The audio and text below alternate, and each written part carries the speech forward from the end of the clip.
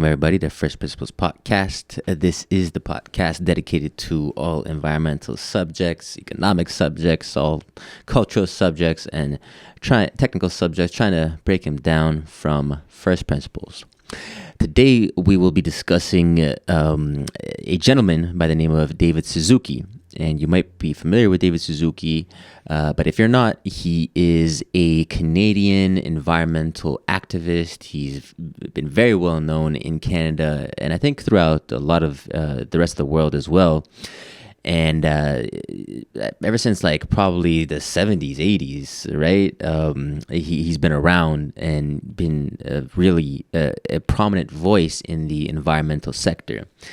But recently, he was at a rally and in Victoria, British Columbia, and this rally was focused towards some environmental issues. And needless to say, David Suzuki had some comments that caught the attention of some people, and these comments were a bit controversial. And Elliot over here is going to tell us a bit more about what these comments were, what was the situation surrounding them, and we're going to dive deeper on that. So Elliot, please fill us in on the situation, what happened, what was it that David Suzuki said that got him into hot water, and yeah, let's go from there. Yeah, that's right. So this rally happened on November 20th. So a couple weeks after the ending of COP26, it was put on by an organization called Extinction Rebellion. Mm-hmm. Now, I just want to back up a little bit.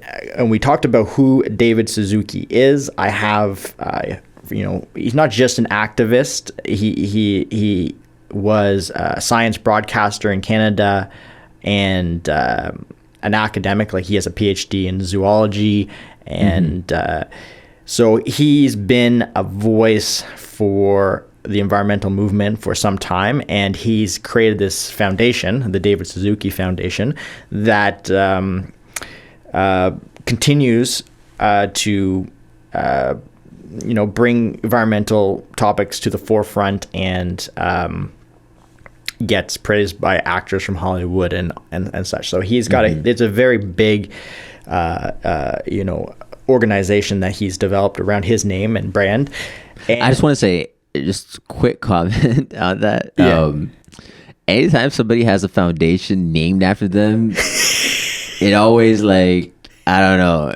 It obviously, it's not 100%, but it's just, to me, that's like a little suspect. Is it a bit like of a God mentality? Like a little bit. Yeah. No, just like I look at other examples. Well, we have like the Bill Clinton Foundation, the Bill and Melinda Gates Foundation. Yeah, we have the freaking the Hillary Clinton Foundation. We have the freaking Rockefeller Foundation. I don't know, like all those foundations. It's sometimes like a. So it's like a front for something else. But I don't know. Again, maybe my skeptical side kicking in there. But anyway, sorry. Well, we can actually, there's an interesting circumstance that arose because of David Suzuki's comments between him and his foundation, which I'll bring up a bit later. But I just want to bring to everybody's attention a bit more information about who this Extinction Rebellion group is. Mm-hmm. So Wikipedia says that it's a global environmental movement with the stated aim of using nonviolent civil disobedience to compel government action to avoid tipping points in the climate system, biodiversity loss, and the risk of social and ecological collapse.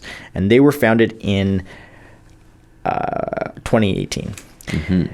Now, I don't know much about this organization, but having looked at the circumstances surrounding David Suzuki, I basically just saw the rally they were putting on and kind of the ideas they're putting out there. And I mean, they're your bread and butter environmental activist group at this time.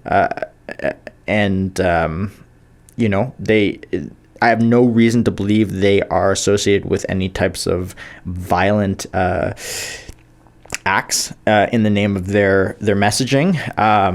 Obviously, they're putting on protests and organizing those, but they're nonviolent, right? According to Wikipedia. Wikipedia says they're nonviolent, and But should be no concerns. I have no reason to believe they are not what they say they are either. And I think that's what I need to make clear. But let's go. So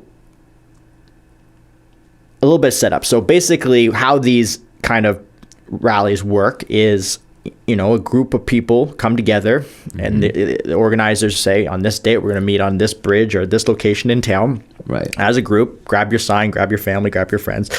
We're going to march down the road. Grab your kids. And they'll walk down some streets. They'll end at some building. And then the organizer will have speakers come up, give some talk about whatever it is. And in this case, David Suzuki attended. He did the walk by the look of things. And at the end, he got up on some steps and gave a speech. And then because it's a protest, you have different media outlets coming to report on it. And it was actually an organization called Czech News that interviewed David Suzuki and got the comment that got him in a lot of trouble. So keep that in mind, but let's play the news clip that got him in trouble and see exactly what he said. Hundreds of people gathered in downtown Victoria today holding a funeral for the future. Protesters marched from Centennial Square to the legislature in what they called a funeral procession. This event comes after the COP26 climate change conference, and protesters say the talks fell short. With this funeral for the future, Extinction Rebellion Vancouver Island hopes to bring attention to the climate emergency and are calling on the government to act on it now. We're in deep, deep doo-doo, and they've been telling us, the leading experts, for over 40 years. This is what we're come to. The next stage after this is there going to be pipelines blown up if our leaders don't pay attention to what's going on. We're in deep doo-doo. So that I like how conscientious he is to not swear, and yet he follows that up with claims or potential threats of blowing up pipelines. So I like how he's keeping it PG there. yeah, exactly. Nice. You wonder, he probably would have had, if he had said shit, he would have been like, that would have been cut from the news bit, or they wouldn't. But not the blowing up of pipelines bit. And that's exactly what got him in hot water. I mean, a lot of people analyze this as being a threat. When you say if you don't pay attention to something and pipelines are going to blow up, that kind of on paper. So is Extinction Rebellion, was that started by him? No. Okay. No. I don't have the founders on hand, but he is not a founder of that group. So it sounds pretty bad. And eco-terrorism is this, I want to say it's really not a new idea. I think the extent of blowing up pipelines has come back into vogue in some extreme way, or in some extreme groups, because of the narrative that things are so dire and we are doing things so poorly to manage things that the means of blowing up pipelines is going to be justified, and David is basically saying that not that he's going to do it, but that there are people of this mind that think that's justified, and these things are being discussed. So well, I would argue he is of that mind too. Right. That would be my impression too. However, I've cut sections out of his entire speech that he gives at the end of that rally to give a bit more context into the mind of David Suzuki, what he is saying at this day and age. And this is the speech that I don't know if he did it before or after that interview with the Czech reporter, but I think you got to keep in mind going to a rally and being doing, it's an act of civil disobedience. This idea of kind of you're walking down the road, you're blocking traffic. Well, no. I'm going to pause you there because in order to do that stuff, you have to get permits. So it's like it's civil disobedience, but not really because it's permitted by law. Right, right. But I can tell you that when you're in one of those types of rallies, whether the police are there to navigate you down the road and everything like that, there is this feeling when people have signs that there's this energy, there's this it's a crowd mentality, the mob mentality. For sure. And everybody's frustrated about this idea, and like you got like all kind of extremes in that group. 100%. And it's not uncommon to hear fighting words from people at these things, a bit more unmeasured things because of the heightened energy and that group mentality and that group think that happens when you're right. But that's from like your everyday like 18-year-old kids that are there like just chanting a bunch of stuff, not from like the leaders or like the people that are being called upon to give talks at these rallies. Like I would have a slightly higher standard for those individuals. No, I would have a higher standard for them too. But I'm basically saying everybody's human, even David Suzuki, and he has, you have to keep that in mind when he made that comment. Benefit of the doubt. Now that's fair. We'll be fair. We're gonna be fair here. Well, Elliot will be fair. I won't be fair. But Elliot will be fair. Okay. So, he really got in hot water because David Suzuki is the type of guy that goes after politicians. He has said things about Stephen Harper, about current who was a prime minister in Canada for a number of years, and he's saying things about Jason Kenney out of Alberta. Right, the Alberta Premier. And, so he, when he makes comments like this, people criticized him for inciting violence. And he basically, got a lot of media coverage to the point that his foundation basically came out and put together a 7-set tweet, or set of tweets first starting with a clarification that David was not advocating for violence, and that they are hold on, and that even they are not directly like the feelings of David Suzuki do not directly correlate to the feelings or ideas of the David Suzuki Foundation. So they were very quick to distance themselves from the man that the foundation is named after. Just to be clear, the ideas of the David Suzuki Foundation do not reflect in any way, shape, or form the ideas of David Suzuki himself. Or vice versa. Yeah, exactly. Right. Okay.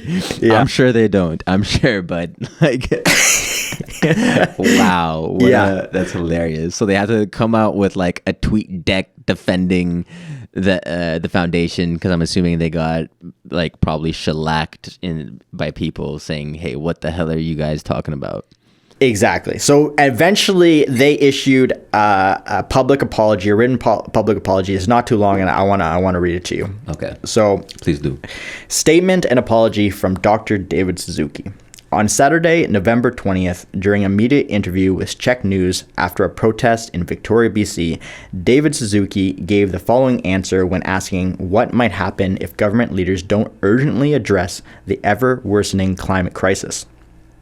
Quote, "We're in deep, deep doo-doo, and the leading experts have been telling us for over 40 years, this is what we're coming to. The next stage after this, there are going to be pipelines blown up if our leaders don't pay attention to what's going on." Dr. Suzuki's comments were born out of many years of watching government in action while the climate crisis continues to get worse. He has issued this apology. Quote, "The remarks I made were poorly chosen and I should not have said them. Any suggestion that violence is inevitable is wrong and will not lead us to a desperately needed solution to the climate crisis. My words were spoken out of extreme frustration and I apologize. We must find a way to stop the environmental damage we are doing to the planet, and we must do so in a non-violent manner." Okay, well, kudos to him for coming out with a little clarification there. Yeah. Sure. I mean, I'd be curious if behind closed doors, what his true feelings were. If we were to have a glass of whiskey, massage the back a little bit, get him a little open, smoke some of that BC buds and see and see what David Suzuki really had to say, after that. But okay, good for him. Good for him clarifying things a little bit. Short, Appreciate sweet. An apology is of that form seems inevitable these days when you are targeted, right? So questioning whether he did this out of sincere belief that he's sorry for it or not, that remains what it is. But the wording of it is such that I want to give him the benefit of the doubt. And I think what we want to understand is a bit more of what he is saying.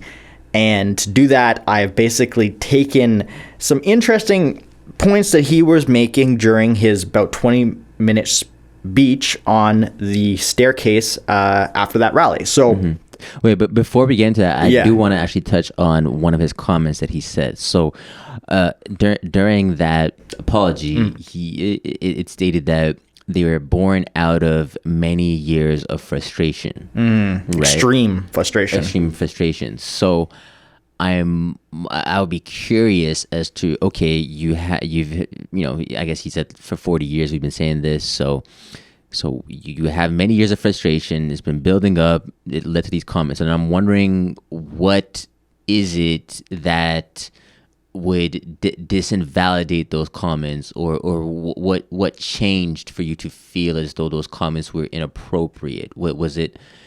Which again, I guess, like going back to what I said before, was it the social pressure, or was it your true sentiment? Because if it was born out of many years of frustration, then that's what it makes me feel as though it is actually your true feeling, right? Because if you have all these data points, right, you've been talking about for the last 40 years, you've had many years of frustration, it's been building up, and then this is the reaction. That would point to me to say that reaction was actually much more natural and in tune and in line with his true beliefs, as opposed to his follow-up apology, which was more maybe reactive to the blowback. And again, like, maybe I don't want to be too much of a skeptic, so I do want to give him kudos for coming out with the apology. But again, how it was worded, just that wording in itself, it really like made it stand out to me. It was born out of many years of frustration. So I'm like, okay, so then that would make me feel as though what you felt was totally legitimate, right? Because it's come from it's originated from many years, 40 as a matter of fact.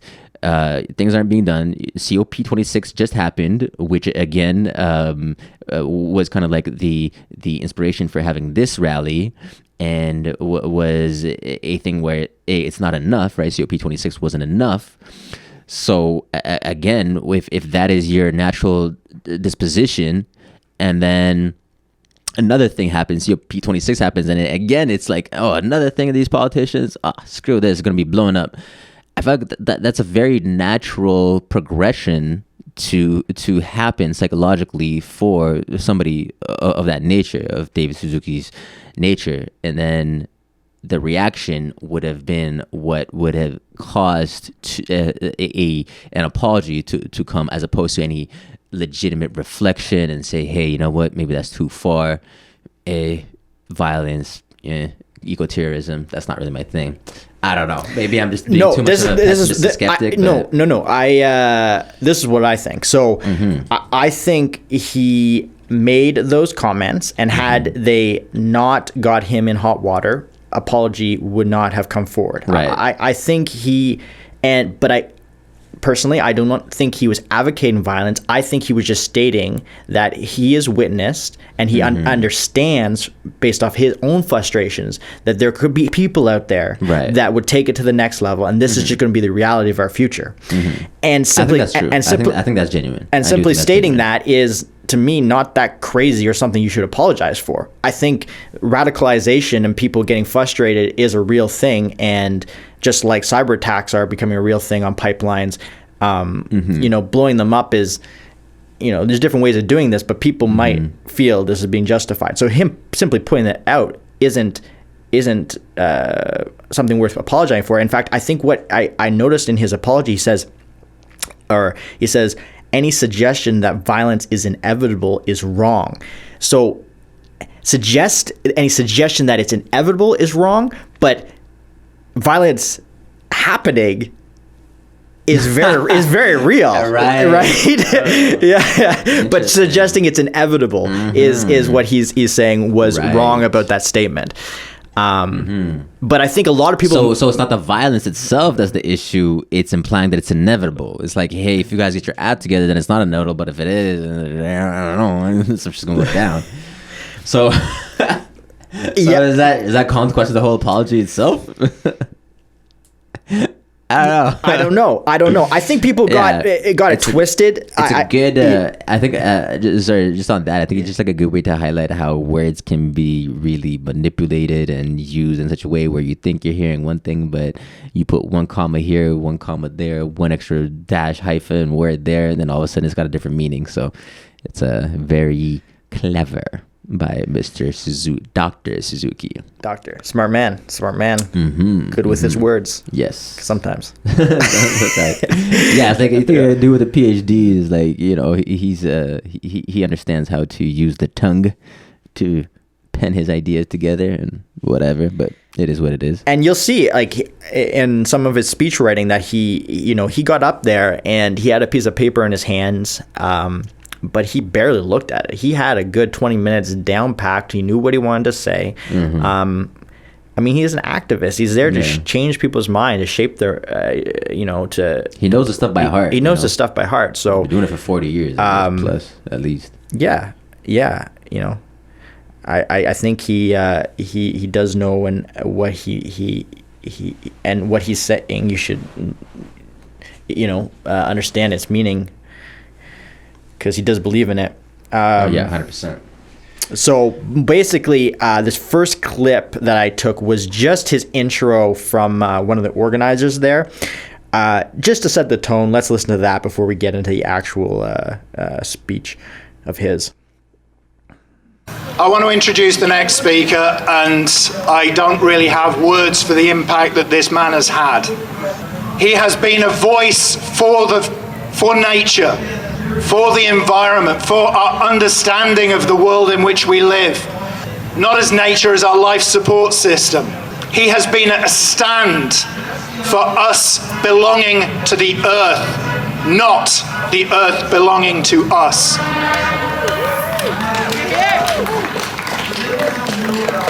Dr. David Suzuki. All right, so that's the intro there. Not sure what the crowd was, exact size of it. From the angle that you watched him on YouTube, you're just seeing a few, stragglers behind him holding their signs. There's like a young mother with her daughter there holding a flag. Guys in military jackets. A lot of sad-looking people, to be honest with you. During the I know, crazy, right? Talking about the end of the world and not feeling happy. Yeah, but I just you got a pretty warm and welcome, and I think I just want to touch on how that dude highlighted the introduction or the end of it, and how just like that statement where of framing of how do you view yourself in the universe. I think it's really important to touch on that, because it's a big part. It really shows the overall worldview that these people are approaching their life, their decisions with, right? So he's saying that so people are made and they belong to the earth, not the earth belonging to people. So it's kind of like, where is the fundamental breakdown with which you are analyzing the world. What is at the more fundamental level? Is it the people or is it the earth? And this is the underlying principle on which David Suzuki and this organization base a lot of their decisions of what should be done and what's right. It's the idea that the earth and life within it. So what I mean by that is like water, which and a tree, and the birds have a right to be here, and they're currently not having a voice, and they're not resources. These type of ideas underline the it's not a religion, but it is it very much is the fundamental belief system which a lot of these people are feeling, I think. It's their alternative to religion, I think. It's ultimately it comes down to a substitute for religion, because it really shows how they're coming from a more almost like a paganistic worldview, because like paganism is all based off of the mother nature and the goddess of the rain, or the winds and the sun and the Thor, moon and all these things, and how with a more religious worldview you value people as the ultimate creation. You value life in the form of a human being as the ultimate thing that holds the greatest value, not a rock, not water, which are inanimate things that don't have feelings, they don't have emotions, they don't have desires and pains and dreams and all these things. Some would argue they have a conscience. If you're on a panpsychism, then you're like, consciousness permeates. But even if that was true, there would be a distribution to the degree of consciousness too, right? Because we could say, okay, maybe a rock is made of fundamental consciousness particles, but then I would argue that the consciousness particles that make up our brains are formed together at a more higher and complicated level and come together to create something much more beautiful than the consciousness particles of a rock. So just since we're on panpsychism now, talking about that.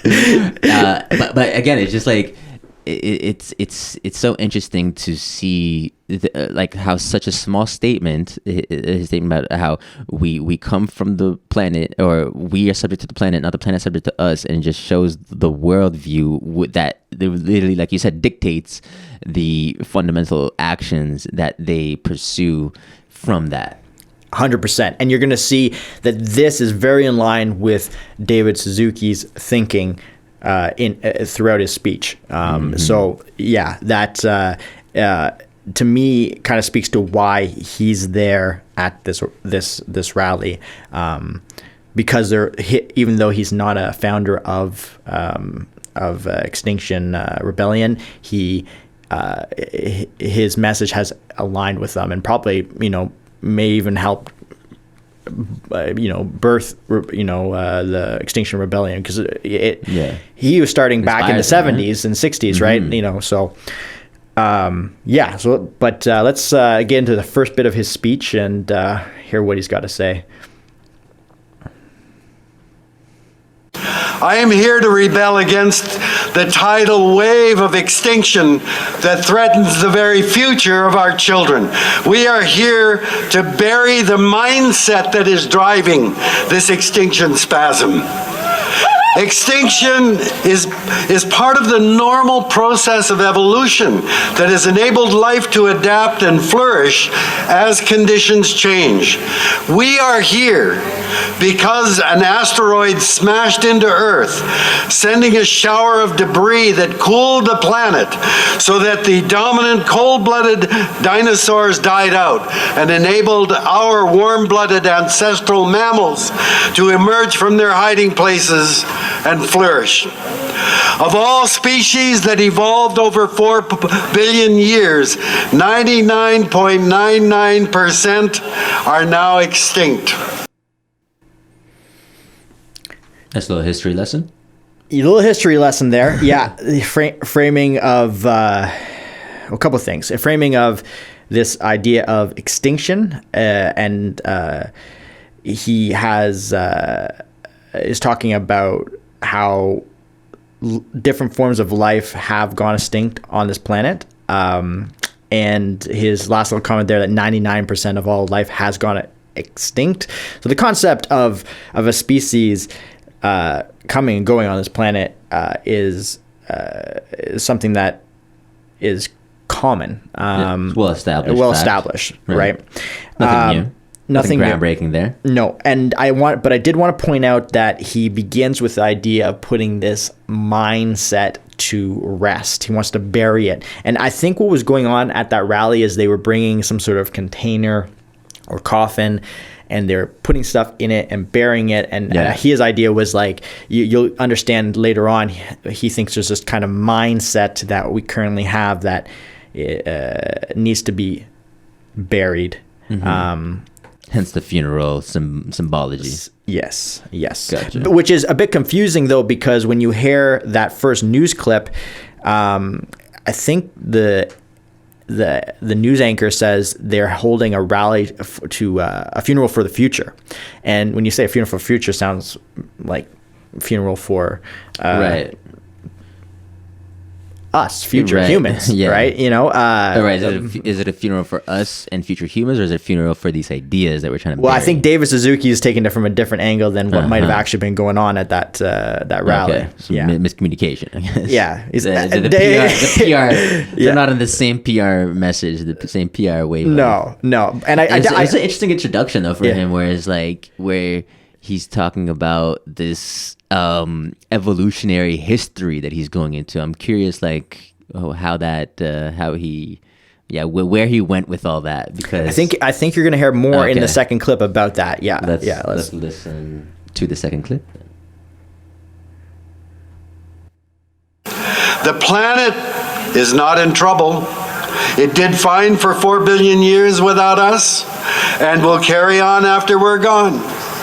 Nature will survive, although in a much different form, and will re-flourish again as it has in the past.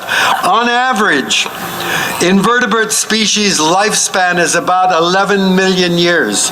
That's the average length an invertebrate exists. On average, the lifespan of a mammalian species is 1 to 2 million years. You see where he's going with it a bit clearer? It sounds like we're doomed to extinct ourselves. It seems like that's what he's, I guess, leading towards, that if we don't stop these actions, we're going to lead to extinction of the human species.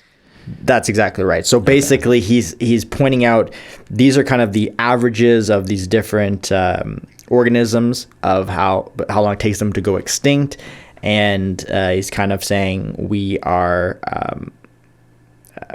on a fast track because of that, but that it is our own extinction that is ultimately going to be of concern.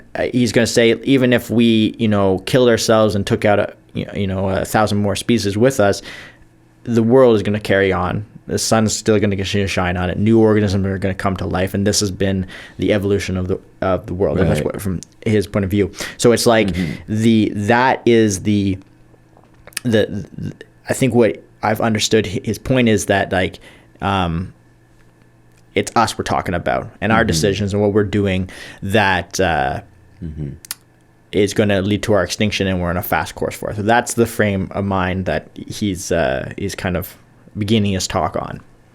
Okay. Yeah. Interesting. Yeah. I have some comments, but I'll refrain until I hear more. Sure. Let's just jump into the next clip then. Yeah. Okay.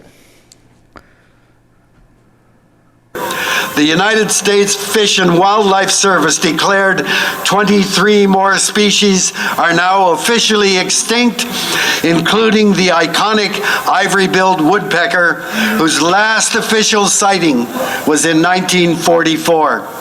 There's no mystery to why species are vanishing so rapidly. We are the cause. There are too many of us demanding too much from Mother Earth. We're the top predator on the planet, and there's no reason to think that somehow we are immune from extinction.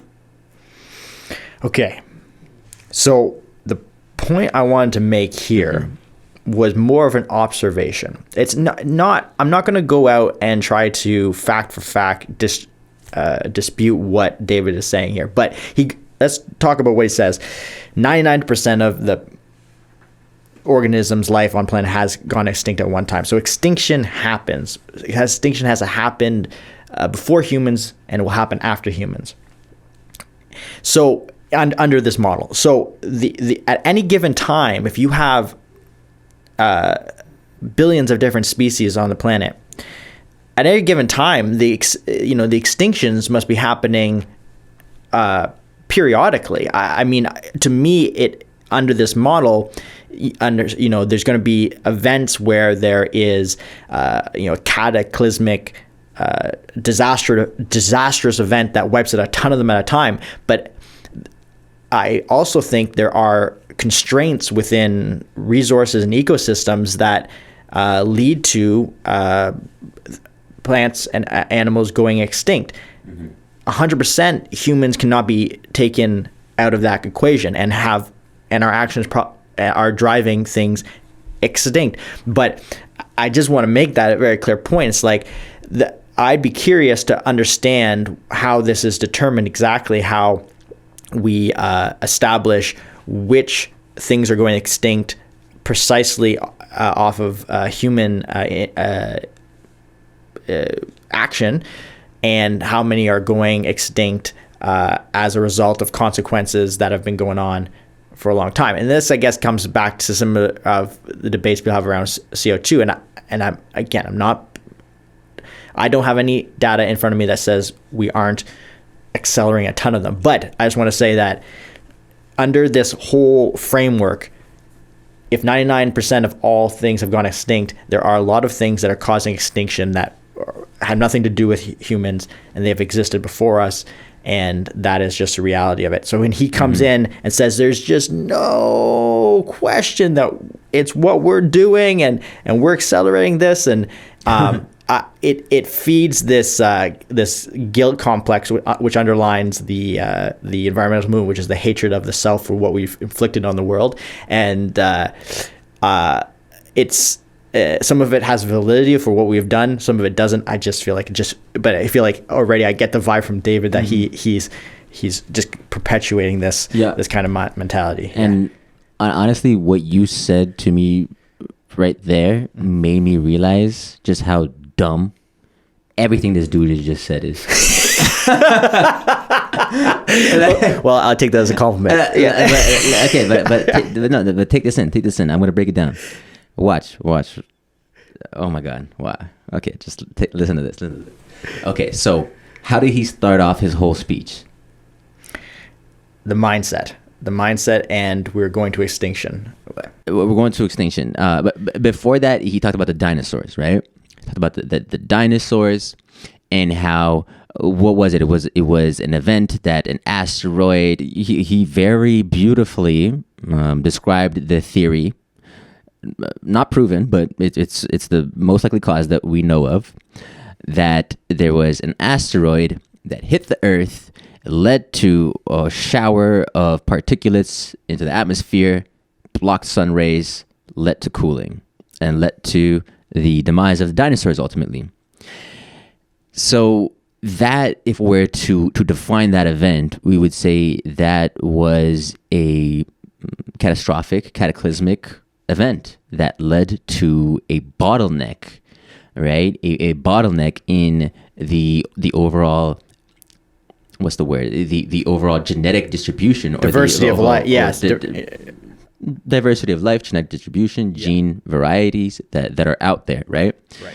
So and in history, in not only in human history, but in the history of species, of life, there have been actually multiple events that have been proven and shown to as bottleneck events, meaning that they were extremely catastrophic events that led to the destruction of, let's say, 99% of the genetic variability, and only a small subset of species were able to come out of it.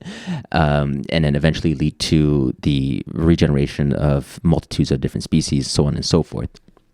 So we have this scenario of catastrophic events. Then that is presented by Suzuki. Then we have a secondary scenario where he's stating how human behavior is in fact accelerating the extinction of species. So when we look at accelerating, that it implies going faster. But then when we look at his first example of an asteroid literally hitting the planet, and that's pretty fast. That's pretty damn fast. What that's pretty instant. Yeah. It's by definition a cataclysmic, catastrophic especially event. for those dinosaurs that were directly under the impact. Yeah. So you're gonna start off your whole freaking case by saying, but with this beautiful story of this asteroid and the cataclysm that resulted from it. Then you're gonna follow that up and say how humans are actually accelerating the extinction of species? Really? Beyond an actual asteroid coming in from outer space, smashing the planet to the degree that there's billions of tons of debris that is smashed into the atmosphere that blocks. Really, we're doing stuff that's more cataclysmic than that. That's accelerating extinction beyond that. I don't know about that. Hence my claim of how I realized how dumb everything that he just said is. Well, the thing is that asteroid has no conscience. Yeah. It doesn't know what it's doing. Yeah. Well, no. Wow. You see how I brought that full circle? That was good. I wasn't sure where you're gonna go with that, but that was like, where the hell did you take this? That was pretty good. It's just but like it's such a glaring contradiction in his speech, and yet I don't think it's probably didn't even cross his mind. Well, it's one of these things where the events like an asteroid hitting the planet and or another predator wiping out an anthill as he goes for something, and it's this idea. These things kind of are fine. That's nature. That's not humans. We're not part of nature. I think it goes back to that kind of distinction. There's something different in the mind of people that think like this, that separates human action from all other things that are happening in the world and in the universe, mm-hmm. right? So it doesn't matter in a sense that if a bear is outcompeting a mountain lion. Exactly, and leads to that mountain lion's family dying. That's terrible, but that's nature. Right. Is kind of the. But if humans are doing that, we actually have the moral capability to realize it's wrong and actually correct course, and yet we are the morally culpable species, the detestable species of the planet. Interesting. Exactly. Interesting. Yeah. But let's continue on with this, because it is got a few more clips of what he's saying. Okay, so next clip coming up from the speech. The anthropogenic, that is a human-caused mass extinction, is happening because we have changed the way we see ourselves and our place in the world. You see, the way we see ourselves in the world determines how we act towards it. For most of human history, we knew we were deeply embedded in and utterly dependent on nature. We saw ourselves as a small strand in a complex web of relationships with all other species of animals and plants who were our relatives, not resources.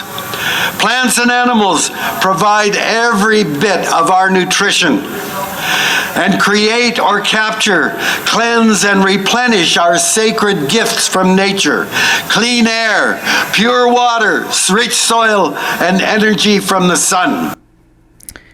So right away you hear him using words like sacred, which just kind of goes back to the whole religious belief system around this. And not to say, honestly, and my personal opinions on this is there is something, a deeper connection that is worthwhile pursuing with nature and the planet. So I'm not trying to go against that, but what is very clear to me listening to this is it's like, this is a sermon, a preaching about this belief system is what he's really doing to the group of protesters, and that's it. That's 100% what it is.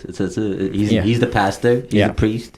He's pledged his faith to the cause. He's demonstrated it, and now he's teaching the future generations. He's carrying the tradition forward, and like his comments of like how like, again, going back to like this human accelerated catastrophe and how we believe we're at the center of everything. I mean, yes, there's truth to that. Yeah, there's a certain human ego that goes to play, but it's like, yes, we use resources, and when it comes to other species, though, I'm curious of how he makes this distinction that for all of humankind, we were subservient to nature, or we were, what was the terminology that he used, that we were like in closer connection, relationship? We were close connection. We weren't using nature as a resource, but rather it's kind of like we were in a symbiotic relationship, or I don't know. Like, it just seems, going back down this whole idea of what is more valuable. Is it human propagation, or is it propagation of nature? And not to say that the two are necessarily contradictory to one another. The two can go together, but in certain views, I think there's like maybe 3 points of view. One is that no, they like in his point of view, no, like human desires and nature are kind of contradictory to each other, because human desire pushes us away from nature. We want to dominate it, we want to control it, and it's a zero-sum game. Then there's another frame of view that says no, like whatever, like nature is like whatever, it doesn't really matter. We don't really care about nature. It is what it is. And then there's like that third, that which is like maybe like a balance of the two, where you're kind of like, okay, there's value in nature, but then there's value in humanity. And is there a way that we're not working against, we're not antagonistic to one another, but we can work in such a way where we value humanity, we value people. We don't say, hey, there's overpopulation, so stop having babies, but rather we acknowledge the value of people and how life is beautiful in nature, because nature is life, but also that the ultimate beauty is culmination in the individual, in the person, because that is arguably the most beautiful form of life, because it is the highest form of life in my estimation. Obviously, people like David Suzuki would probably disagree with what I just said, but that's my view anyways. Right. So, there is this clear evolution of humans within the last 200 years, which is so astonishing in the sense that, like, there was a time when we felt that the environment had a greater threat on our existence, whether it was through predators, disease, And now we've moved to this modern age where we are fighting off disease as fast as it may attack us, or we're putting rockets, testing rockets to see if we can knock asteroids before they hit us. There is this accelerated technical ability of the human race to allow itself to exist, basically, among the universe and the elements that might prevent it from existing, right? And the growing hubris as well as that of the result of that is, so obvious to me. Like there is, and as much as I am of the mindset, the positive, optimistic mindset that we can overcome challenges and we'll always be able to do it because we have such capability in our numbers, and that's fantastic. Coming along with that is a huge hubris, thinking that we are above anything and what we can't do any wrong because we'll figure our way out of it, and there are shaky grounds that you can stumble onto because of that line of thinking. So what he's saying, not getting the ego too big, too inflated. Right. And thinking that we have, I think what I often challenge people to reconsider is that you think we're that much better than nature. You need to first get out of society and get into nature and realize just how vulnerable you still are. We have groups and numbers and we've done a lot of things, but and even us thinking in our cities for 30 years, everything is going fine. It doesn't take much to see really what can be thrown at you from quote unquote nature to really shake things up. So I think it's what he's pointing out, Dave is pointing out, although misguided, I don't agree with some of it, but his thing about hubris and our evolution of our relationship with nature has definitely changed, no doubt about it. And I think we need to keep it in check. For sure. Yeah. I mean, there's no doubt our relationship with nature has changed. To me, it's just a question of what is our fundamental duty towards. What is our duty towards? Is it towards propagating human life, kind of similar to the Elon Musk point of view, where we want to be a multiplanetary species, we want to go onto Mars and colonize, because arguably what Dave Suzuki is saying is true. There is extinction that happens, and it's almost inevitable for every species, and who are we to think that we are so different, right? So is our duty to humanity and preserving humanity, or is it towards preserving nature? I'm of the opinion that they are not mutually exclusive. People like David Suzuki are of the opinion, I think it seems, that they are growing to be mutually exclusive, and we kind of have to pick. We kind of got to pick, because when he's making statements that like we're overpopulated and we're using too many resources that we can't sustain, then it's kind of like, okay, it's either path A or path B. You can't have both. And I don't agree with that, but that's, I think, where Dave Suzuki would be coming from. Yeah. I think this is it's old school thinking that we've seen before in Planet of the Apes from Michael Moore and Jeff Gibbs. We've seen it. Check out that episode, Planet of the Apes, that we did also. Even in our episode on the Rational Optimist, we discussed some of the thinking Malthusian ideas about population growth and the ethics and thinking of people around overpopulation. So, one of the things in their belief system is they establish a hierarchy of what comes first. And you can really see here, I would even say, I get the sense David Suzuki is preaching a belief system where humans, animals, and plants are put on way closer to an equal one, where, depending on where you are, some people put humans ahead, this animal ahead, that animal ahead. It gets really, it really varies between people. But I really get the sense he's got this system where you basically, it does, it's not as clear cut to him if, he's got that pipeline's got to blow and kill how many people to save the fish?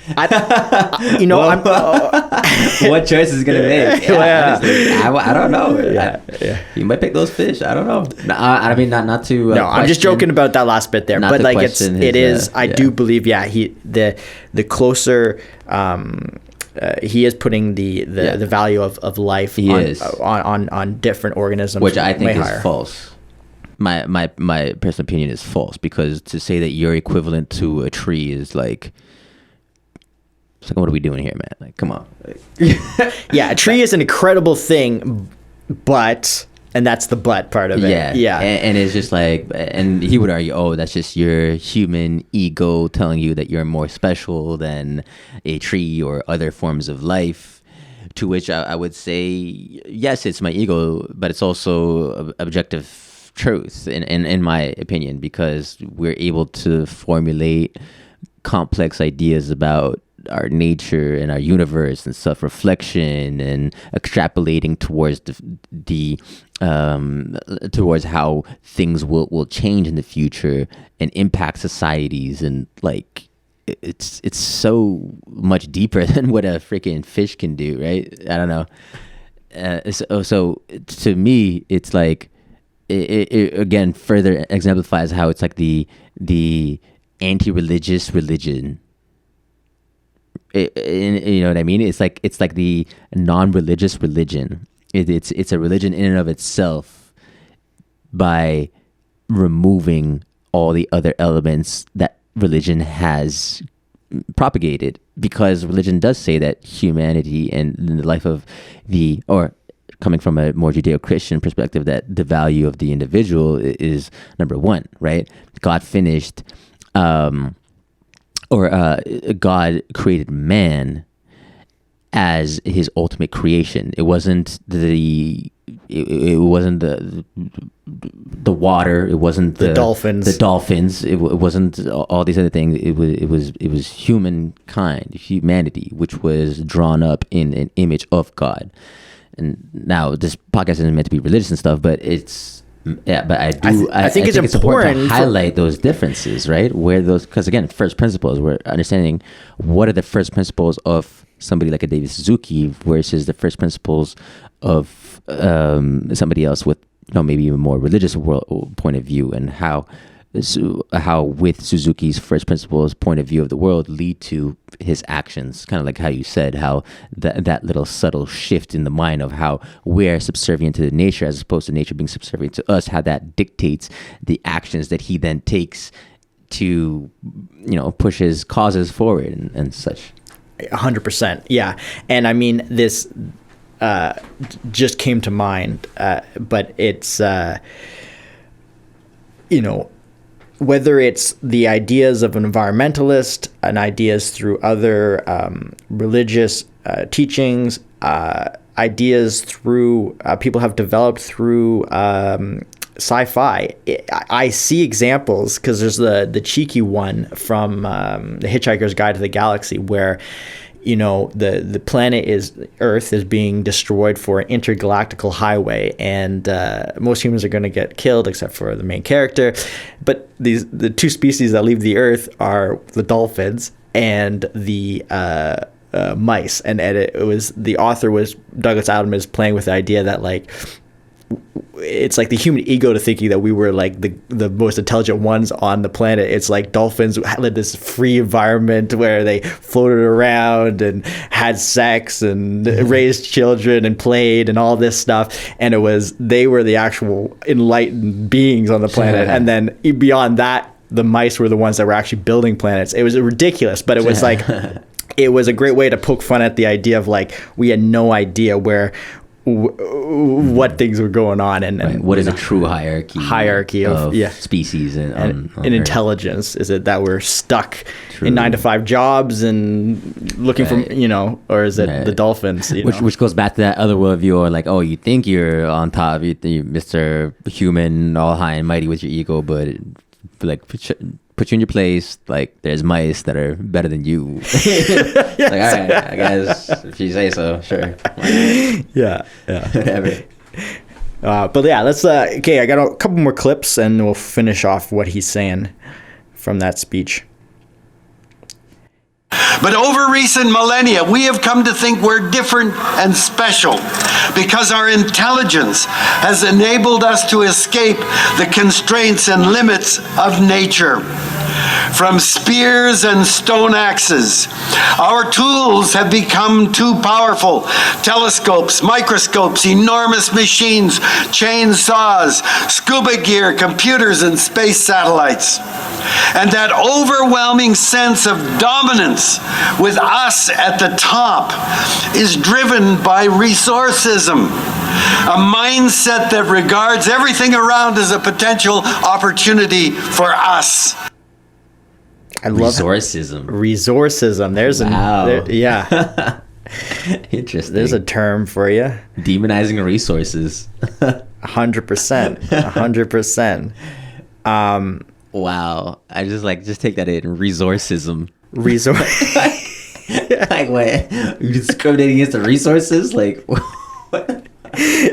Resources. Now, I'm going to take a stab in the dark and say what resourcism is under David Suzuki's mindset is the idea of picturing everything as a resource. Right. But as a term, it does, I was like, when you think of someone being resourceful, that's not a negative thing. You think about using resources. I've never really considered that. Resources.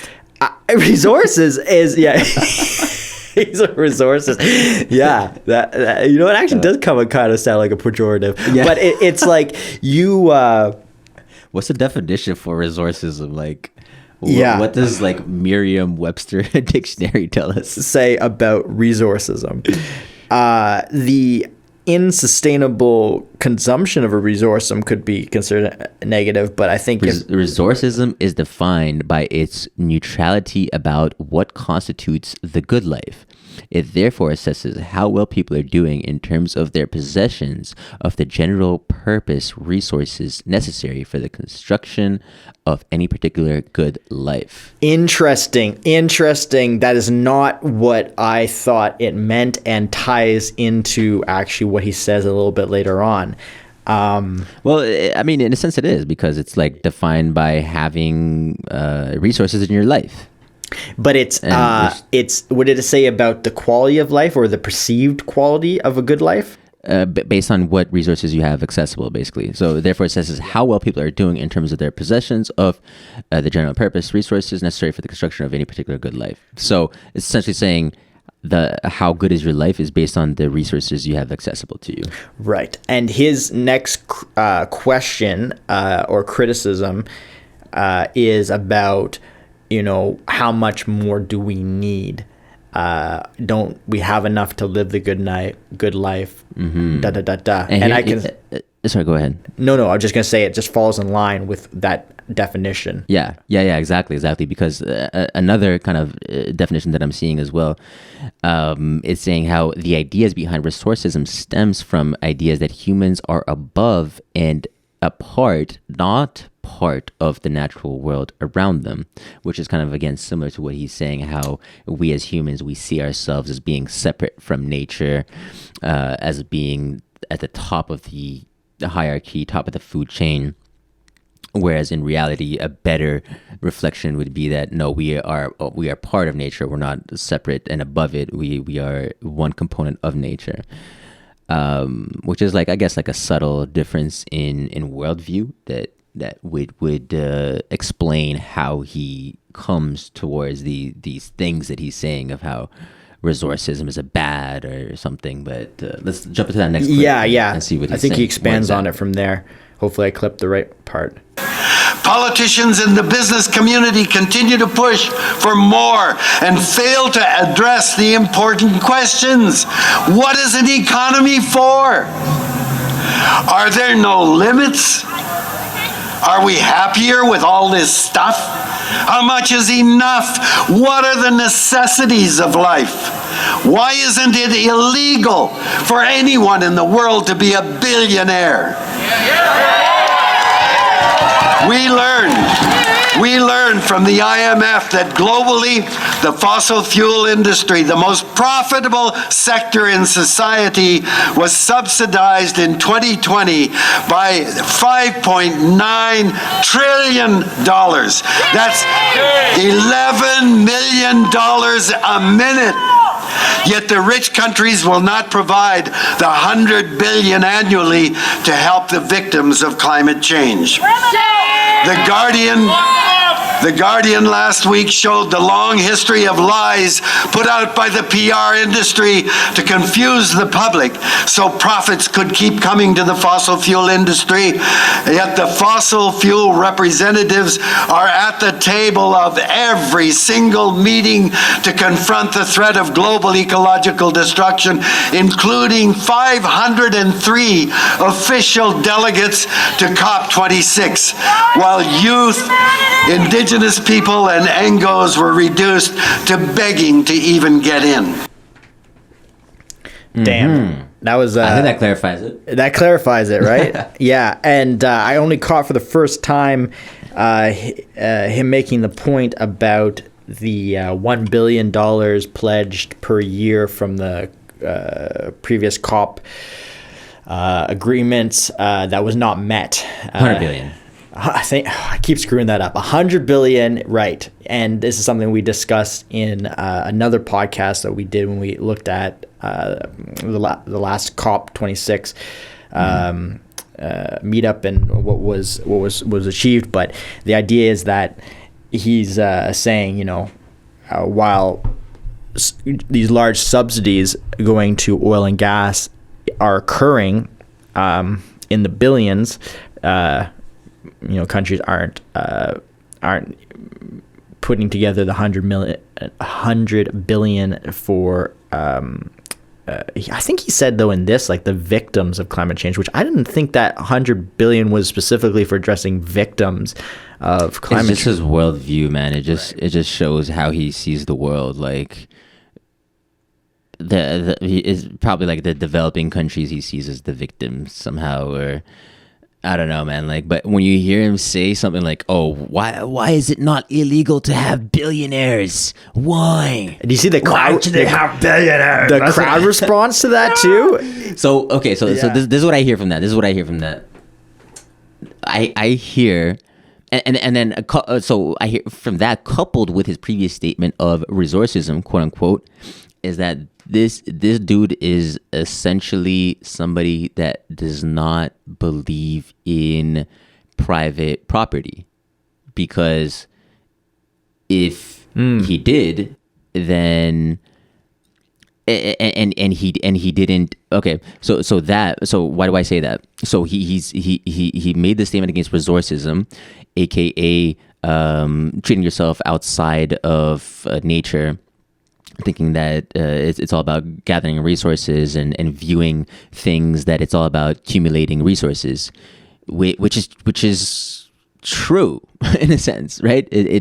But is that something that's unique to humans? Do bears not acquire resources, or squirrels acquire resources as they're preparing for hibernation for the winter? Are they not hoarding a bunch of their nuts or whatever food that is, so that they store it up in fat or whatever for a bear, so that way when they're hibernating they have enough energy to get them through that winter?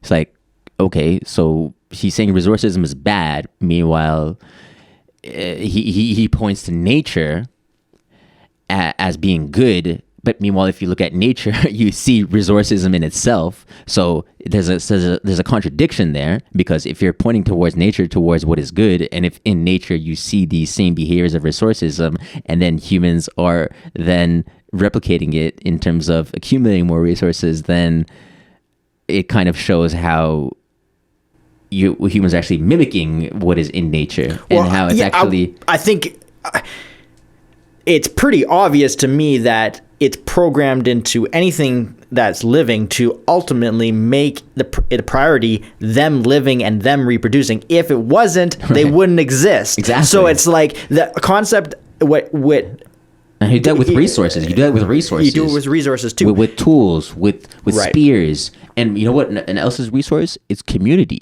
Having family, friends, having a community around it. That's also a resource. It's like, is that bad? Is it bad to be resourceful and see the value that others can bring into your life? That's actually a good thing because it creates more interconnectedness. It creates more community because you look at somebody else, say, hey, you can bring me value with your skill as a blacksmith, and I can bring you value with my skill as a carpenter. And you know what? I don't have your skill and you don't have my skill. But you know what? Let's be codependent on one another. Let's actually create linkages where I don't have to know what you know and you don't have to know what I know, but we can kind of use each other as a resource. Is that bad? Like, no, I think that's what our society is built off of. However, I want to go back to your initial assertion that he is anti-property and get us back to why you think he is that. So that's where I was going to tie into the second statement of how first he's anti-resource, next he's anti-billionaire. And as soon as you put those two together, then to me, that shows two things where you are anti-people having property. Because a billionaire is somebody that has accumulated wealth to the point of to the tune of having $1 billion, right? And if he views that as an evil, then why is that an evil? Because he's accumulated resources, and he just said resources were bad. He's accumulated resources to the point where his net value is equal to $1 billion. Right. This is not good. This is evil in his eyes. This is the cardinal sin, according to the priest, right? Because he just said resourcism is a fast track towards an extinction of our species. He just made that claim. So hence, how could he possibly live in his worldview justify the existence of a billionaire? Because a billionaire would be the classic case study of the worst person that exemplifies that resourcist, quote unquote, mentality. That's interesting. And what I kind of take from this is that when he says the statement about there shouldn't be billionaires, I feel like he's talking in a sense about greed. Basically, he's talking about he's a stereotype of a billionaire that where it's just a given that order for that individual to be a billionaire, that must mean that they have done terrible things in terms of pillaging the land and resources to achieve that ends meet. Stolen it. And you know, and it would be different than a government taking X number of dollars to make $1 billion to give to totally different, right? But one was an agreed upon mutual exchange of value. The other one was just government seizing your property. So he's much more in favor of that. It's a cheap way of getting a cheer from the crowd. Everybody hates the elites, the idea that there's these capitalist pigs, totally billionaire guys just running things and ruining things. So it definitely to me is like, especially the whooping and cheering, that's in there for a reason. And not only that, but he is an authoritarian.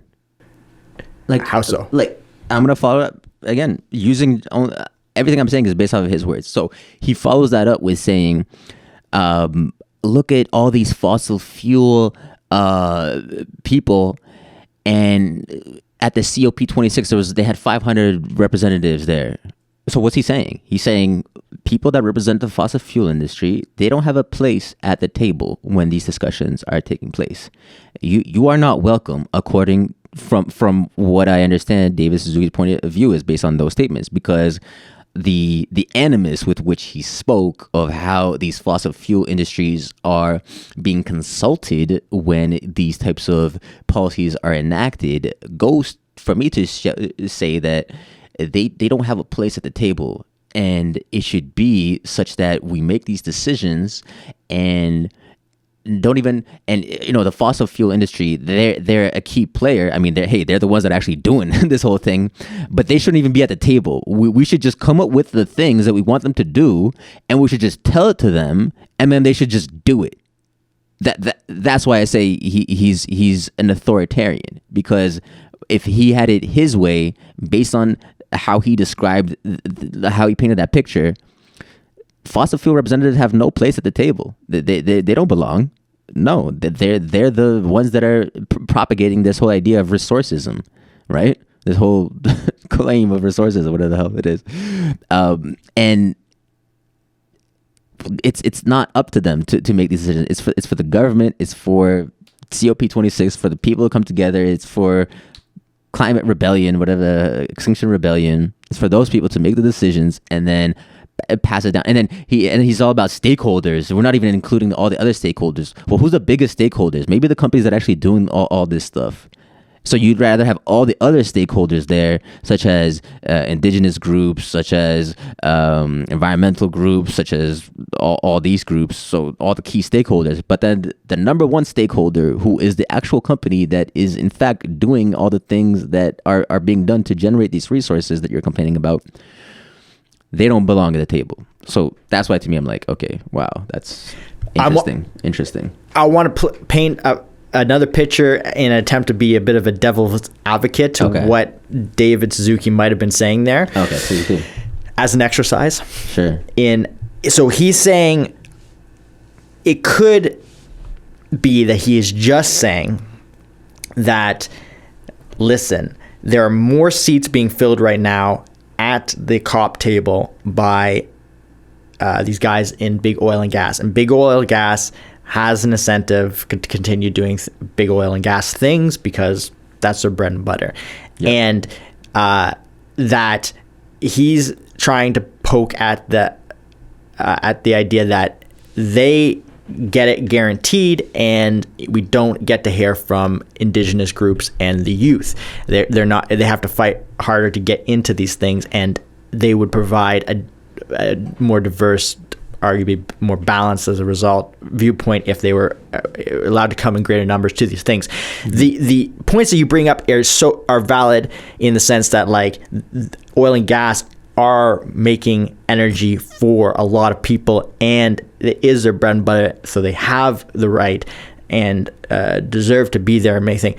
I think that, however, I'm just thinking that saying that he's anti them showing up at all is beyond what he said, although it could be extrapolated from it. Okay. So okay, fair enough. He didn't say, he didn't say exactly throw them all out, but I mean, given the way that he was speaking, I guess 100%. Okay. But I will. He didn't technically say it word for word, but yeah, I would argue that, like, the energy, the vibe, the energy he was given the vibe. The energy, I got the fucking vibe. You got the vibe. Last clip? Yeah, let's close this off. And while politicians now hold the power to make big decisions affecting the very future of our species, their actions are always constrained by the prospect of the next election. Net zero by 2050. Ha! What a joke! Canada has never met a single target it has promised to meet. And every politician in office today trumpeting net zero by 2050 will not be in office by 2050. So who is accountable for that? No one. Exactly. We have become too smart for our own survival. We are so puffed up with our intelligence and knowledge and importance that we elevate the systems we have created, the law, the economy, politics, above the laws of nature. Yet those human-made constructs are the only thing we can change. So then I guess by that logic, we shouldn't do anything towards climate change because we can't change those things. We can only change people. We can only change the things that we have, the human constructs of. Oh man, this guy is so incoherent.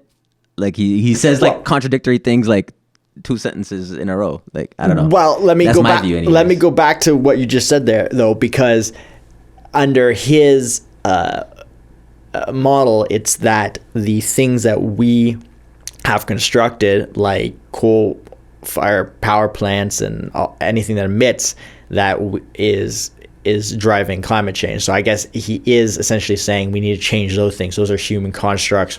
We have the ability to change those things. Right. Those are the technological things that we can change. It's just the way that he said it. It made it seem as though we can only change our behavior. We can't change the environment. We can't change nature. Yeah. So then it's like, but this whole thing is about changing nature. Yeah. So like, there's this complex thing. I know, again, even he perpetrates the distinction between nature and humans in that way, which is interesting. that too, exactly. He separates it. But, okay, what I agree with right off the bat is, we've said it before, that there is a fickle nature about the political system and their ability to make long-term plans due to the change in, every 4 years, 8 years. Election cycles. That comes, makes things difficult and really makes it easy for people to say one thing and not do it, who they aren't being held accountable. But the discussion around the COP, the COP targets and Canada not meeting their targets, this is something that has kind of been bugging me recently, because it's, it seems that we consistently are not meeting targets. Mm-hmm. That's what, who's coming up with these targets, and there's always arguments the next time these groups meet up about how to change these targets so they can meet them. One pushes them in one direction that's further and harder to achieve. The other one tries to pull them back. It's like this game of yo-yo, or tug of war, I should say. Yeah. I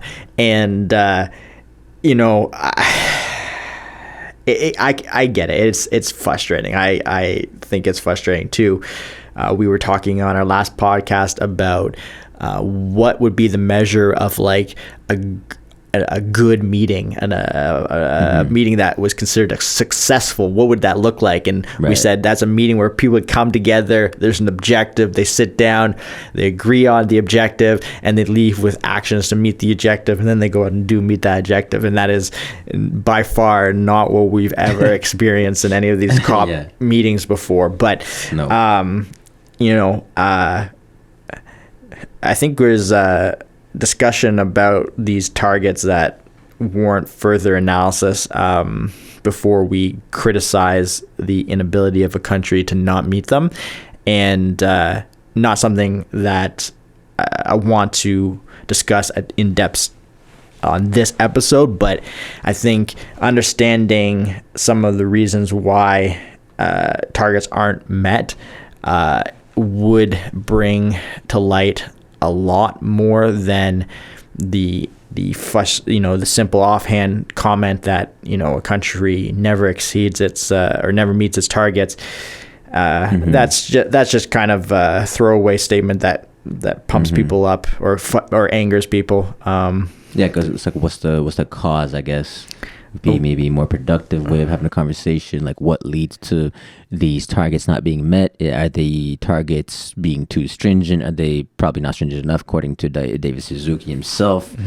What is the cause? And I think for people like David Suzuki, it's irrelevant. Honestly, it's not important. It's more so about what, and his statement in the end is really interesting, because he says how it's about changing our actions. It's about changing laws that are the laws of society, the laws of governments, not laws of nature. We can't change laws of nature. That's a statement, right? So then I start to think, okay, if you can't change, if you can't change laws of nature, you have to change your own laws. So then what are you proposing? Because he preceded that statement with, okay, we have 4-year elections. We're bounded by these laws. We're bounded by our politics. So that, like, what are you proposing then, dude? Like, are you proposing just like breaking our total legal system? And because then that would point towards your previous statement of this whole bombing of the pipelines to be actually a genuine feeling and not one that comes out of nowhere. Right? When you hear those types of statements, when he finishes off like we're in such dire situations and we need to control human laws, not nature's laws, then it's like, okay, where are you going with this, bro? You know what I mean? This goes because it goes back to like, you're going towards eco-terrorism. That's what you're going towards. That's exactly what you're fucking going towards. There's no other conclusion. I cannot get now out of my head the image of dictator David Suzuki as once you brought up authoritarianism, it didn't even occur to me when I was putting together these clips, but under our based off this analysis and listening to what he said, and if dictator Suzuki was in power, he basically would say, no billionaires, we got to do we're not going to do election cycles because election cycles are inefficient for targets. Nope. So we need to rewrite laws and get everything on board. Check, boom. It's one of these. So we protect the nature. So we protect the environment. Whatever the hell that means. What, by any means, and whatever that means. And this is because we are subservient to nature. Because we are subservient to nature and we shouldn't rise above it. Right. If these aren't setting off alarm bells when you actually think about how these ideas would be enacted, you need to check on history and to be, because I didn't even think about that. It's crazy that we ended here, but it really is telling that it's telling of what exactly he might be suggesting as a solution, even though he never what he's envisioning here. If he's pointing to these things as being the flaws, which we've gone into, you can point to things as being flawed all you want, but you got to come up with a better solution to them because it's not sufficient. And your solution can't be just tear down the system. And it can't be dictatorship. Exactly. Because it just doesn't work. It's great for the dictator. Yeah. Until he gets his leg cut off by the other guy that wants to be a dictator. It's, hopefully we presented David Suzuki in an interesting way that made you think about him in a different light. I certainly did and do following this discussion. And so does his foundation, the David Suzuki Foundation. Yeah, clearly. Who bears no connection to the thoughts and ideas of David Suzuki himself. No connection, no relation. No relation. But yeah, man, I think that's a good discussion. David Suzuki, man, he's such a cultural figure, and growing up, even for myself in middle school, like I've heard from this guy for so many years, and at one point I would have really looked up to him as somebody that was really pushing the conversation towards more environmentalism, more just being more conscientious of our impact on the environment, which I totally agree with, and I'm so down with. Yeah, it's just when you see those messages kind of be taken and then radicalized and then repackaged towards this I don't know, this thing which to me doesn't even resemble what I even recall, but from being a child and hearing about David Suzuki and his ideas from the beginning. But maybe it's just like growing up and you start to understand things on a deeper level and you start to see people's biases, and maybe it was always there, or maybe it's just being developed even more so because he's becoming even more skeptical of nature, of society. I don't know, but I do want to say how my views of David Suzuki over time have shifted, and how I do see him more as, even though I do agree with a lot of his concepts, a lot of his points, I think we both do. We both want towards having more accountability towards what is our impact towards the environment, and not and really doing it in a concrete way, though, that still values the human and values, kind of like what we discussed in our previous podcast, values the rights of people that come from impoverished countries to be able to have energy in their households, to be able to have electricity via maybe coal production, via fossil fuel electrical combustion, or combustion to generate electricity via fossil fuels. So it's just, man, it's a tough problem to solve, first and foremost. And I'm not a fan of people like David Suzuki that are just so radical with it. Like, we shouldn't have billionaires. We need to get rid of our political systems because it's 4 years. It's not enough time. And we need to change our ideas of resourcism. It's just like, dude, like, I don't know. It just loses me. You lose me with that type of stuff. No, I think a lot of people get lost with that type of stuff too. Absolutely. And I want to say my recollection of David Suzuki was similar to yours. It was never about politics, his politics went over my head perhaps when I was younger, or certainly his activism in its more extreme forms. I don't have a memory of thinking that. I was more interested in what he was saying about our relationship with nature and diversity, and the diversity of life, and ideas of protecting that. Totally on board. Right. But I think it's like, as we kind of seen here, there's another side to the man. He obviously, he's now more political and more of an activist in the way he speaks, and obviously he's doing this, speaking gig for Extinction Rebellion, tells you a lot. So it's hard to say if we didn't know him as clearly when we were younger. So he might have always been like this, or this might be the new David Suzuki. Interesting. Let us know what you guys think of David Suzuki. Do you guys agree with a lot of what he's saying? Do you think he's kind of wonky based off what we're saying? Leave us a review in the YouTube comments, or if you are on Apple Podcasts, please give us a 5-star review there. Check us out on Spotify. Check us out on our website, firstprinciplespodcast.com. Wherever you get your podcast, we are there. And that was First Principles Podcast, episode on David Suzuki and some of his controversial comments that he made recently following COP26. And any last comments before we close off there, Elliot? No, just if you haven't listened to our COP26 episode, go back and check it out. It fits in nicely with what we've been talking about here. And hope you enjoyed. All right, take care, guys. Peace. Break down from the ground up.